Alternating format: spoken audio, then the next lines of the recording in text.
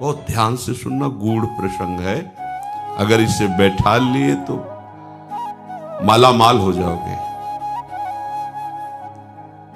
जो नाम अपनी इच्छा से जपा जाता है, सत्संग सुन करके, शास्त्र स्वाध्याय करके, उस नाम को जपते जपते हम पर नाम की कृपा होती है, तब हमें सद्गुरुदेव की प्राप्ति होती है। और जब गुरु प्रदत्त नाम होता है, वो शबीज नाम होता है। गुरु के श्रीमुख से निकला हुआ जो नाम है, जब हम विधि पूर्वक गुरु आज्ञा में रह करके उस नाम का जप करते हैं, गुरु आज्ञा में रह करके, तब उसके अंदर नाम की शक्ति जागृत होती है। नाम की शक्ति जागृत में प्रभाव सद्गुरुदेव का होता है। ध्यान दीजिए, अगर आप स्वेच्छा से नाम जप कर रहे हैं, वो मंगल भवन नाम है, आपका मंगल करेगा, आपके दुरति का पाप का नाश करेगा, आपको सद्गुरु की प्राप्ति कराएगा। वो व्यर्थ नहीं जाएगा, पर उससे दिव्य लीला में आप प्रवेश पा जाएं, असंभव। वो मार्ग ही है। जब सद्गुरुदेव भगवान नाम प्रदान करते हैं और हम उनकी आज्ञा में रहकर नाम जप करते हैं, तो गुरुदेव की शक्ति के प्रभाव से हमारे हृदय में अधिकार बनने लगता है बीज मंत्र प्राप्त करने का। बड़ा सुंदर क्रम है। सद्गुरुदेव जब उसको देखते हैं कि ये इष्ट मंत्र का अधिकारी हो गया है, गुरु प्रदत्त नाम, सबीज नाम, गुरु अनुशासन में जपते जपते, जब गुरुदेव की कृपा शक्ति से उसके स्थूल शरीर, ये पांचभौतिक, ये पवित्र, और सूक्ष्म शरीर, मन चित्त बुद्धि अंतःकरण पवित्र, और कारण शरीर स्वभाव का परिवर्तन, तब गुरुदेव उसे बीज मंत्र देते हैं। बीज मंत्र ये विशुद्ध भावदेह की प्राप्ति कराता है। बीज मंत्र के क्रम विकास से उसमें दिव्यता का प्रादुर्भाव होता है।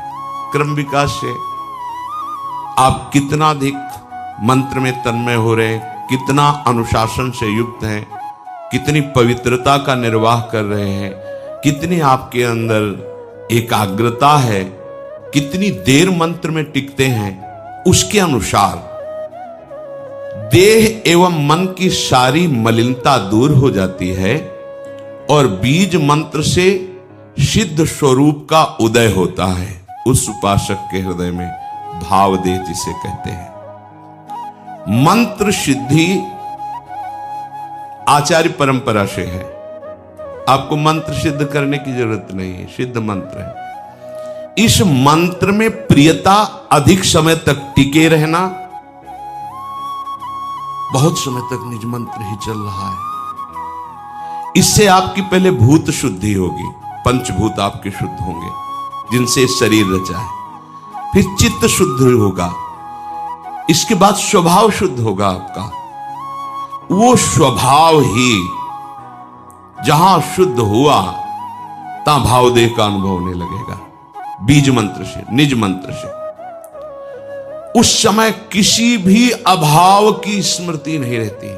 अभाव, न उसे मोक्ष चाहिए, न सिद्धियां, कोई अभाव नहीं।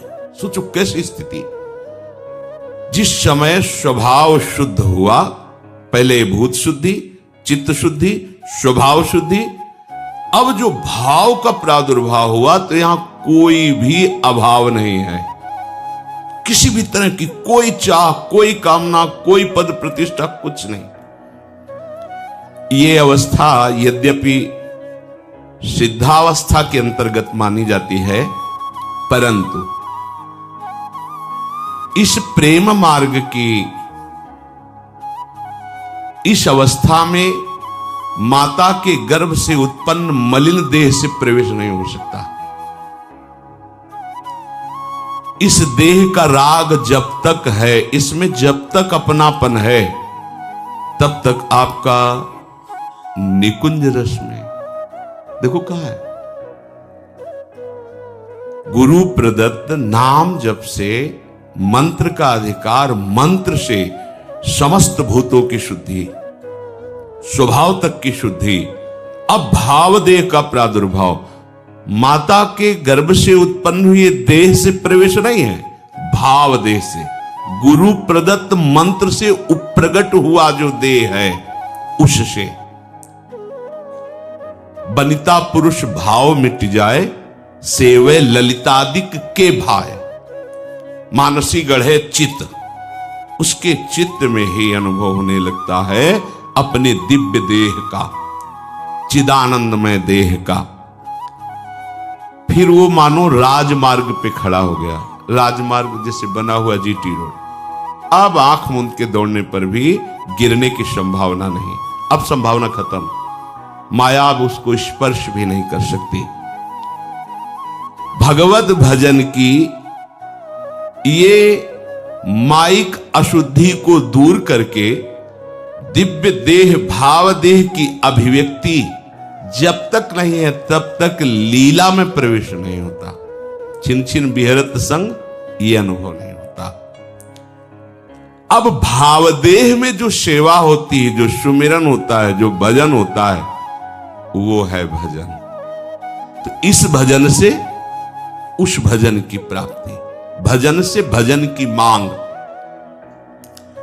ये होगा गुरु प्रदत्त मार्ग से ही, ऐसे नहीं हो सकता। विधि मार्ग की नियमबद्धता इस उपासना में दृढ़ करेगी। ये चैतन्य मंत्र अंदर जाकर के आपकी भावना को सार्थक करता चला जाएगा। उपासक के भाव देह के विकास के साथ साथ उसके सामने उसके आराध्य देव का ज्योतिर्मय धाम, आराध्य देव की गूढ़ रस रीति प्रकाशित होने लगती है। ध्यान दीजिए, पर ये जान लेना चाहिए कि ये बात उसी के लिए है जो गुरु प्रदत्त बीज मंत्र का अनुष्ठान कर रहा है, निरंतर अनुशासन में रह करके। ये मंत्र वाच्य वाचक अभेद स्थिति पैदा कर देता है, अर्थात ये निज मंत्र ही नवनिवृत्त निकुंज विलासी युगल सरकार और उनकी आंतरिक प्रीति, मन मन की रुचि जानी, ये सामर्थ्य प्रदान करता है। गुरु प्रदत्त बीज मंत्र जब पवित्र साधक के हृदय रूपी खेत में पड़ता है तो इष्ट रूपी फसल तैयार हो जाती है। इसी बीज से वृक्ष का प्रादुर्भाव होता है, निकुंज का। गुरु प्रदत्त मंत्र में प्राणों से भी अधिक जिसे प्यार है वही इसको प्राप्त कर पाता है।